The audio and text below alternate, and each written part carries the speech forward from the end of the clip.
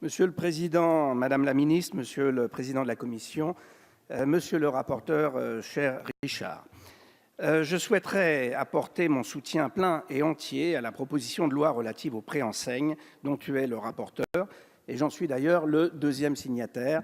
C'est un petit peu comme la publicité il y a quelques années, c'est deux Richards sinon rien. Aujourd'hui, les préenseignes sont interdites. Merci.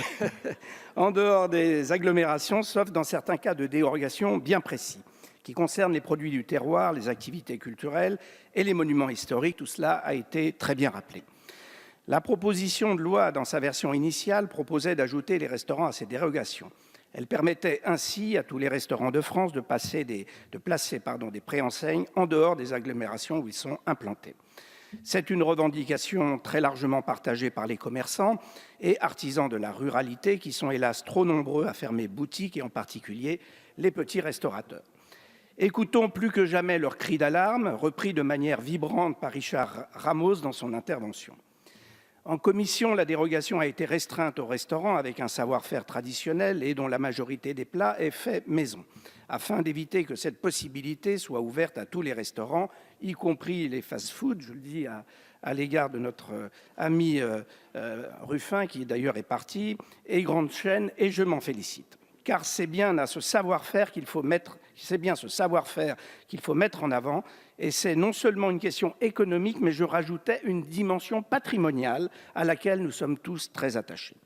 Je rappellerai, comme l'a fait Richard Ramos, que cette PPL est issue d'un amendement qu'il avait porté de la loi Elan, dont j'ai été le rapporteur, et qui avait largement provoqué le débat dans l'hémicycle, au banc, comme on dit, avec vos prédécesseurs, Madame la Ministre, le ministre Mézard et de Normandie. Le débat avait déjà été très intéressant et finalement convaincant, comme tu l'as rappelé, puisque tout cela avait été voté ici, au Sénat, évidemment repris par la CMP, dont je rappellerai qu'elle avait été conclusive. Et vous avez eu raison de rappeler dans ce domaine, Madame la Ministre, les préoccupations urbanistiques, environnementales et, osons le dire, esthétiques. La responsabilité en la matière des collectivités doit être rappelée comme l'alternative qui se développe avec de plus en plus l'utilisation du numérique, comme l'a rappelé notre collègue Favennec-Becco. Mais la loi Elan et l'action de votre ministère portent haut et fort le développement du numérique, surtout sur les territoires dont il est finalement question. Après la censure cavalière de ce dispositif, cette nouvelle proposition permet de remettre ce sujet sur la table et de le travailler, en particulier pour restreindre les dérogations aux restaurants des territoires qui proposent une cuisine traditionnelle. Une des difficultés a été de trouver un critère juridique précis et pertinent pour viser exclusivement ces restaurants et exclure les grandes enseignes et franchises. Le fait maison a été proposé en commission car il est précisément défini dans le Code de la consommation et il est le gage d'une cuisine de qualité. Elle permet ainsi une réflexion plus globale sur les activités économiques des territoires qui devraient bénéficier d'une plus grande visibilité, en particulier celle des agglomérations de moins de 100 000 habitants pour lesquelles les préenseignes en agglomération sont interdites. Avec cette limite, je pense, on ne doit pas craindre un foisonnement d'enseignes étant donné le peu de restaurants qui seraient autorisés à procéder à ce modeste affichage.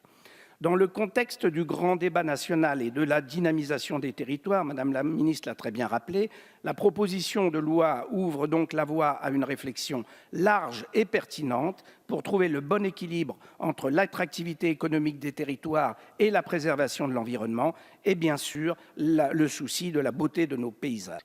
Je pense donc que le texte défendu par mon collègue Ramos répond à cet équilibre nécessaire. Nous devons plus que jamais nous engager pour l'égalité des territoires, défendre notre ruralité, notre restauration française, les produits du terroir et nous voterons donc, je pense, des deux mains cette magnifique PPL. Merci Richard.